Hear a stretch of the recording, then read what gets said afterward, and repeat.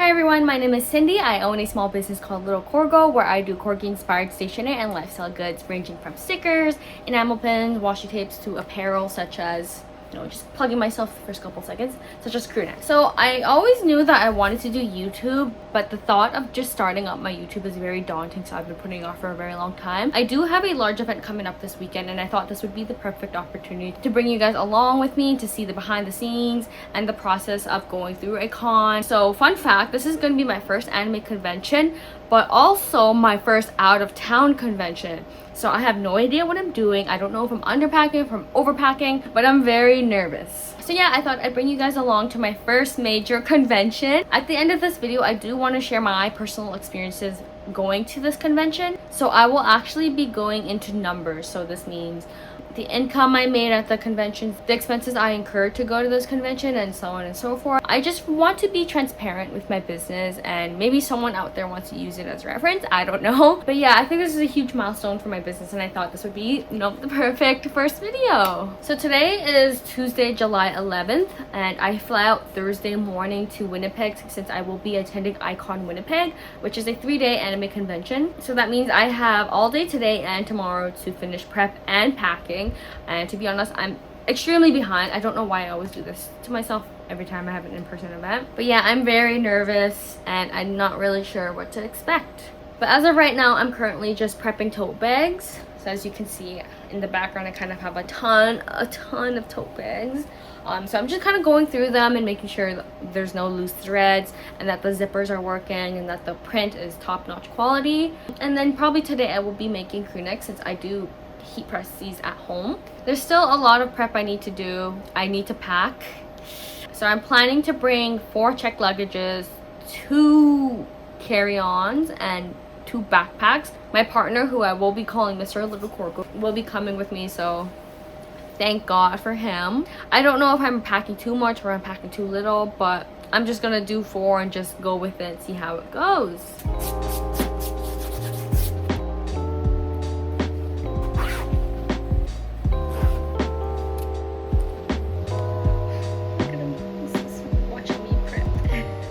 I'm sweating. So this is the first luggage that I have filled up. It's quite hard actually. So 50 tote bags and about 55 baseball hats, and I can actually fit quite a bit more still. Like there's still a lot of space, and there's even like these mesh pockets and even pockets at the side here too. But first luggage done, 3 more to go. Currently the next day, Wednesday, July 12th, meaning that I fly out tomorrow. I'm currently just counting how many shirts I currently have since I did have a market last Saturday and I actually need to make more shirts, which poor planning on my part. But I'm shoving my crew necks into these large vacuum sealed bags, which will help save a lot of space in my luggage. And these shrink quite a bit, meaning so I can start shoving things in the cracks of the luggage if I need to. I'm a bit worried about it being overweight, but we'll see how it goes.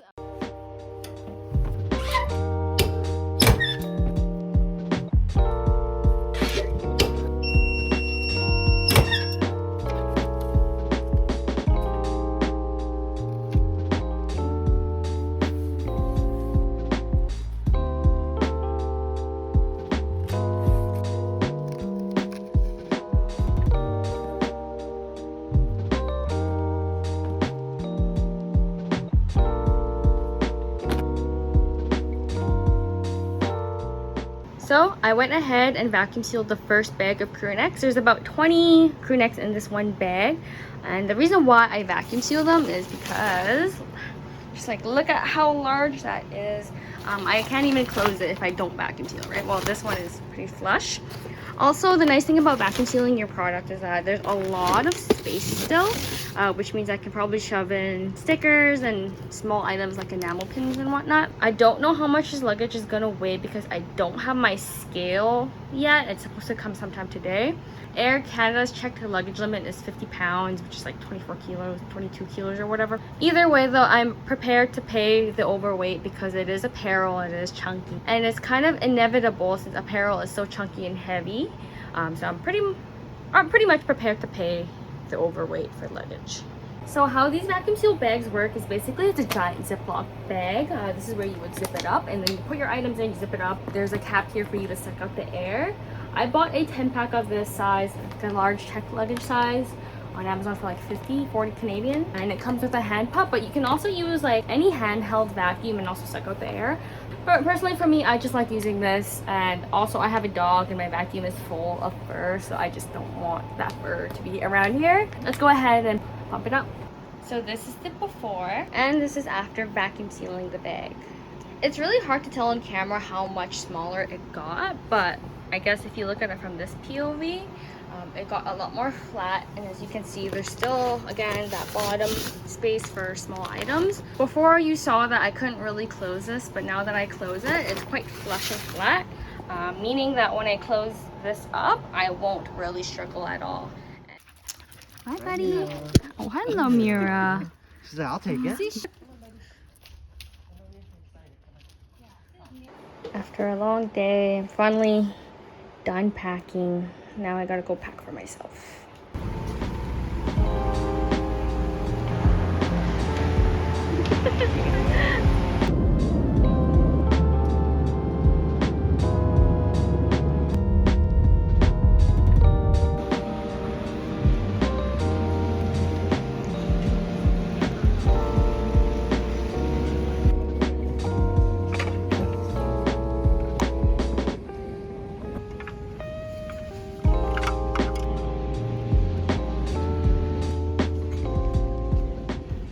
Tried a slightly different setup, not too different. I didn't bring my bullet journal just because bullet journals are really heavy, so I thought I would move the stickers. They're usually right here, so I thought I'd move them over just so they're kind of like the center of attention. The only downside is like I have anything to cover these up. It's our little Corgo just doing shoe stuff. I did as much kind of like storage as I could, since this is my first travel con and I don't have my usual gear, but so far so good.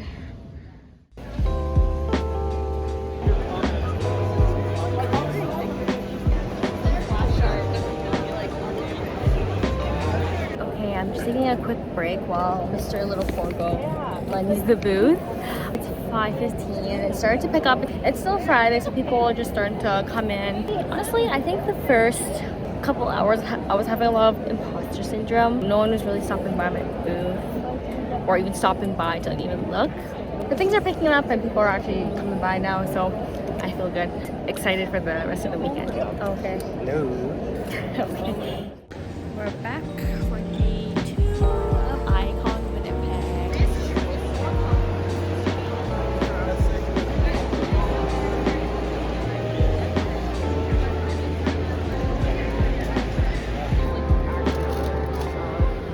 So it is the day 2 midday check. The event started at 10 a.m. today, and right now it's 2:30. Things are really busy today.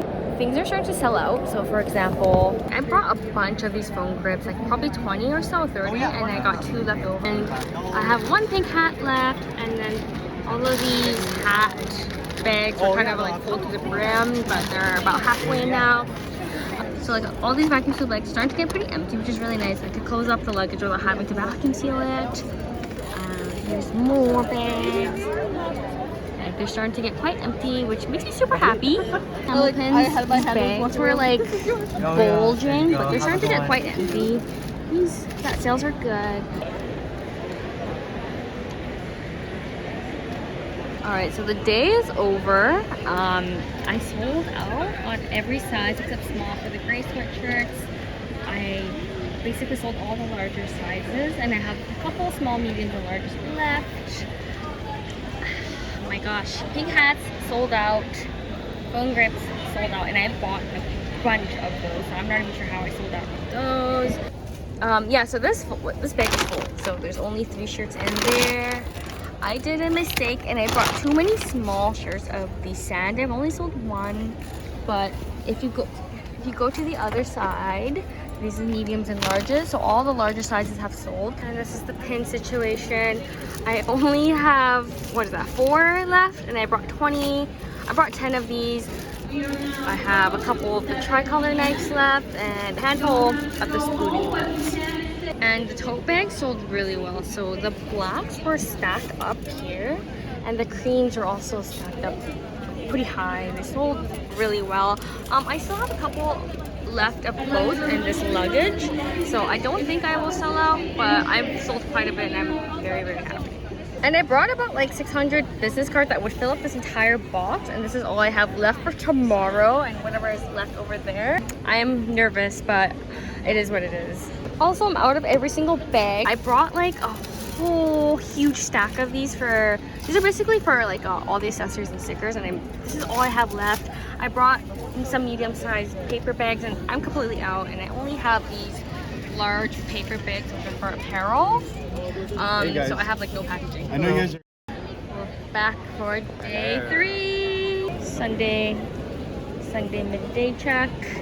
I am shook. Like I am shook. Like I don't know. I don't know what to say.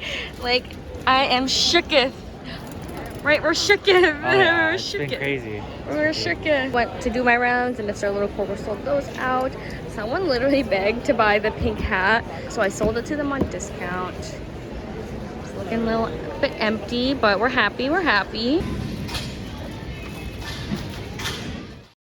Hi everyone, it's been a couple of days since Ai-Kon Winnipeg has ended. I'm now back in Vancouver. I kid you not, the moment I flew to Vancouver, I just had the worst fever, the worst cold I got.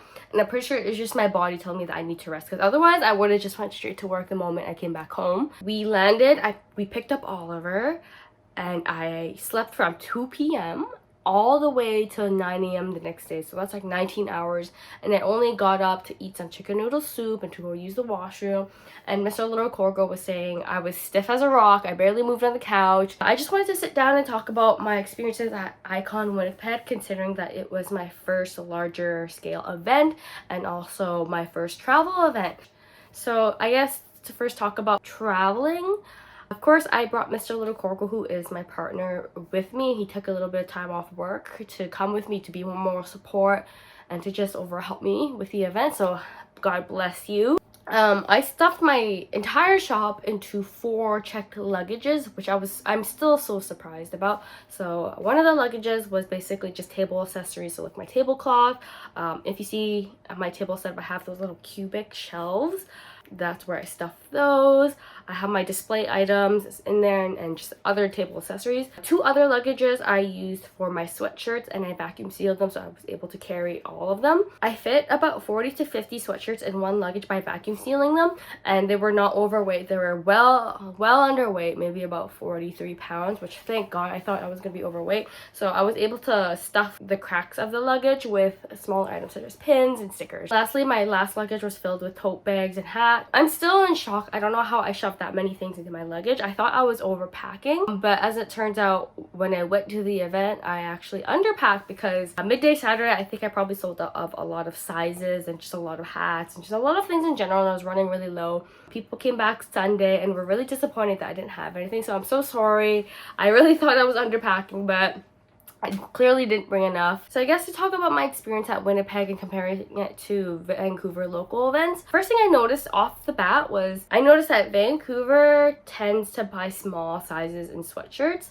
I'm not sure if it's just because people like the more fitted look or if people are just smaller here or whatever, but in Winnipeg I sold out of my larges and my extra larges pretty much almost immediately, and unfortunately I didn't bring that many extra larges, so I sold out of those pretty fast. How was I supposed to know? Because I brought the inventory based off my Vancouver event, so of course it was really hard for me to know. Something funny that I noticed was sticker designs that do well in Vancouver actually didn't do well over in Winnipeg. That was also vice versa, so designs that weren't popular in Vancouver were popular in Winnipeg. So for example, this I have $3 sticker, it really was popular in Winnipeg, but in Vancouver people just kind of laugh at it and then they don't really pick it up, right? And also same thing with the Saitama OK sticker. People just kind of laugh at it every time they walk past by in Vancouver, but in Winnipeg this was like really popular, which I'm kind of like shocked about, and I'm not sure why, but it is what it is. And of course, this knife sticker is probably one of my most popular designs in Vancouver. In Winnipeg, not so much. Not into the knives. It was just really interesting to see like the differences of popular designs compared to Vancouver and Winnipeg. Of course, this is my only event that I have data on that is not in Vancouver, so I'm really hoping to travel to more Canadian cities and see what kind of a result I yield. I guess to talk about the venue and the event. So the venue was at RBC Convention Center in downtown Winnipeg. I actually wasn't able to walk around and explore the event entirely since of course I was glued to my table, but every time people came by, they would talk about how cool the event was, and people were saying there's a lot to do at the venue, which was really awesome to hear. In the marketplace itself, which is where all the artists and vendors were, the aisles are very large. So it kind of, if you think about it, it's probably like 2 car lengths of just walking space. So even though it was busy at some points, it never felt cramped, which is really nice. So how the event worked was like there's an entryway and there's an exit way. I was located at the very last aisle closest to the exit. I know people who were against the wall didn't have as much traffic as people in the middle. I was actually against the wall and I thought otherwise. I think it was because my table was at a 3-way intersection. When people were walking down the aisle, they could see my table right away. But because I was at that 3-way intersection in Artist Alley, I think there was a lot of traffic at my table and it was really easy to see my table. I had a really good time. I don't think I have anything bad to say. I don't know if this is because this is my first time traveling or if this event actually set the bar very high, but I really did think it will be setting the bar very high because I had such a great time. People were great and it was just nice interacting with all the corgi owners and corgi lovers and exchanging corgi pictures with other people. Going into this event, I definitely had a lot of imposter syndrome, especially on the first day, because so the first 2-3 hours of an event are always going to be really slow because people are walking around just kind of taking everything in. But for some reason, imposter syndrome was just so bad that first day. I couldn't help but notice that people were just walking past my table, not even making eye contact with me, and there are even some people that looked at my sticker prices because I sell $5 Canadian dollars for a vinyl sticker that is scratch proof, waterproof, and UV proof for $5, and I do a buy 3 get 1 free sort of deal. But I had a couple people sort of frown at my prices and it was making me doubt myself. Maybe I can get away with this price in Vancouver, but maybe I can't do this in Winnipeg. So I just had a lot of doubts in my brain. And I even had a couple people kind of stop by the table and be like, well, why is this here? Which makes sense because my art isn't entirely centered around anime and Japanese culture. There's only hints of it here and there. So let's get a bit personal and start talking about numbers. So just a full disclaimer, I don't share these numbers as a way to brag or put anyone down with my numbers. This is my full-time job, and I just want to be completely transparent about how much money I put into my business and how much money I make from my business. Also, this was my very first travel event, so I thought it would be really helpful to share how much I spend and of course how much I made at this event. It's also just a good way for me to look back and also just reflect when I start doing my future events. So before I even talk about how much money I made at this event, let's talk about how much money I spent just to get to this event and also how much I spent to just be in the event. All the numbers are going to be Canadian dollars because of course I am Canadian. So first things first, the table fee was $203 for an 8-foot table. The fee was $153 for the table itself, but to have a helper is another $50. The flight for 2 people from Vancouver to Winnipeg was $418.42 round trip, which was actually really cheap, by the way. I did a gamble and I actually went in Google Flights and looked that Winnipeg flights were the most cheapest a month exactly before you fly out. So I waited a month exactly before I flew out, and lo and behold, my flights were the cheapest. So be patient with your flights. Check bags. So I bought 4 check bags between the 2 of us, and then we brought 3 back because I shoved one of them into the larger bags. So check bags was $282.50, and thankfully for accommodation I actually stayed with my family, so accommodations was a good $0, but I did get them a couple of gifts here and there, but I'm not going to bother talking about those expenses. To get around Winnipeg, we Ubered around, which was $136.57 for 5 days, which is actually not too bad. Originally, we were going to rent a car, but renting a car was going to be a lot more expensive. On top of that, paying convention center parking rates was going to be really steep. So Uber was the best way for us. And then food was $203.84 between 2 people. This could have been a lot higher, but our family actually took us out a couple times to eat, so thank God for them. And also when we did eat, most of it was actually like Starbucks, like McDonald's, Subway.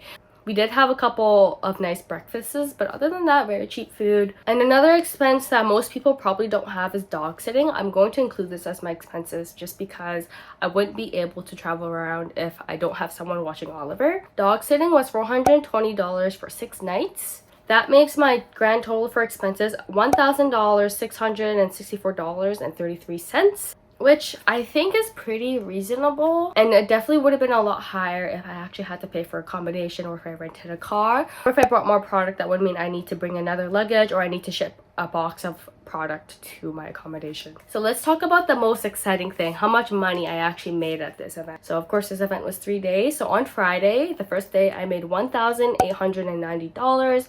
On Saturday, I made $3,842. And on Sunday, I made $2,130. So the grand total for the entire event was $7,862. So this number is just out. I'm speechless. Like, and when I say this number, like, I still get shivers and chills because this is my highest grossing event.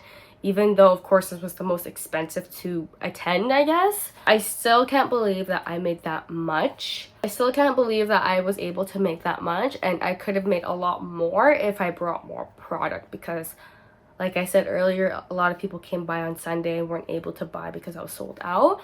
So it's just crazy. I've been doing in-person events for probably just less than a year now. It's still crazy to think that so many strangers come by my table and are willing to buy something. Like, I already get very happy when someone comes by and says something is cute. So the fact that people are willing to spend money to this day, whether it's online or in person, it still makes my heart fuzzy that people are willing to spend money on my art, which means the entire world to me. This was a really cool experience for me, and I really hope that I get to travel to other parts of Canada to share my corgi obsession with other people.